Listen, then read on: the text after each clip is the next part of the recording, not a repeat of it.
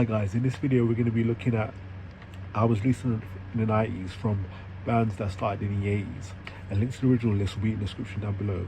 And don't forget to stay to the end for my album recommendations. So this will be a ranking, and how it will work is my least favourite to my most favourite. So without further ado, let's get into this.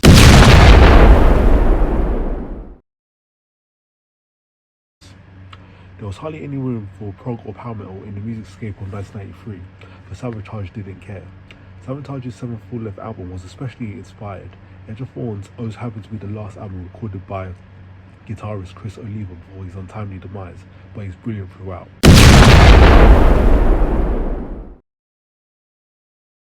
The pinnacle of 80s extreme metal, Slayer delivered seasons of DBS containing songs like War Ensemble, Temptation, and their title track. It's just ferocious stuff from the band's classic lineup.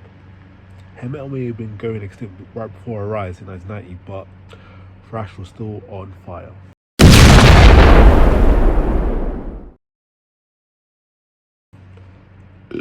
Overkill didn't take it easy in the 90s, releasing 6 full-length albums from 1991 up until 1999, from The Underground and Below and Echoshine, which were pretty good. But Horoscope is seen as the band's fiercest release from the 90s. That sludgy riff contained in the title track was the perfect bridge between the thrashy 80s and groove-driven 90s.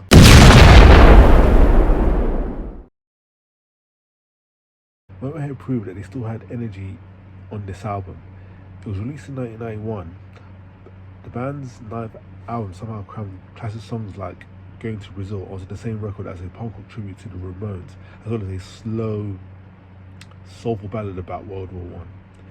There's just no stopping Motorhead when they're on fire, and this was one of those records.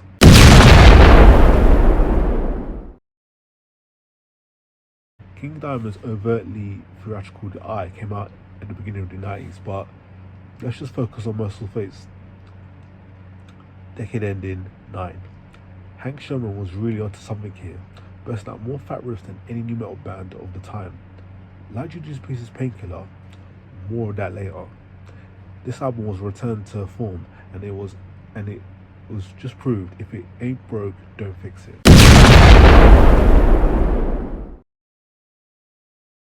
Released in the metal masses in 1999, Testament to the Gathering remains one of the heaviest thrash albums ever released, with the brutal edge of death musicians James Murphy and Steve DiGiorgio alongside Slayer drummer Dave Lombardo.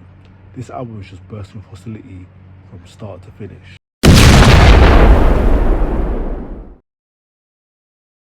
Possibly the finest work of Sepultura's discography, 1991's Arise was a perfect fusion of the band's thrash and death metal styles, and it was released during a chaotic time in Brazil's cultural history, but Sepultura managed to canalize the energy of the time and spread it globally.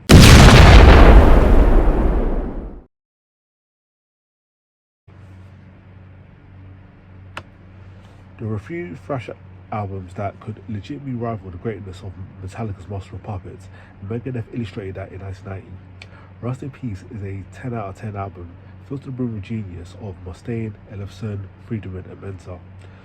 No space wasted, no dull moments, it's just a Rushmore thrash album, unquestionably.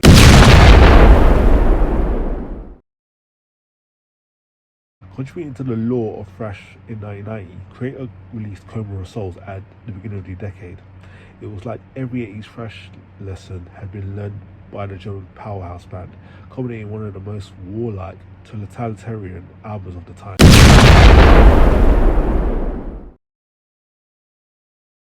One of the ultimate 90s triumphs from the originators of heavy metal, Painkiller was a phenomenal release.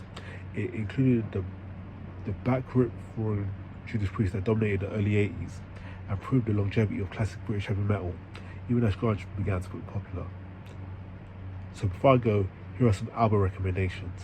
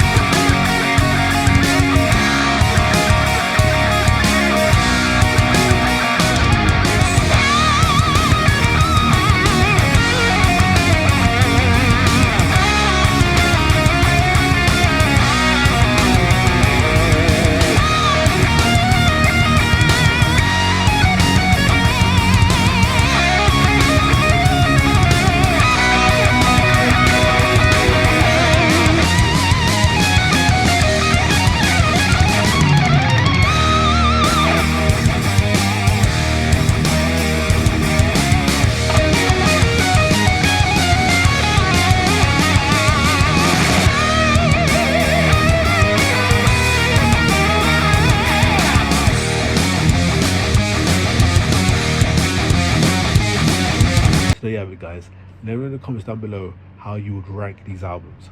Other than that, thanks for watching, and I'll be seeing you in the next video.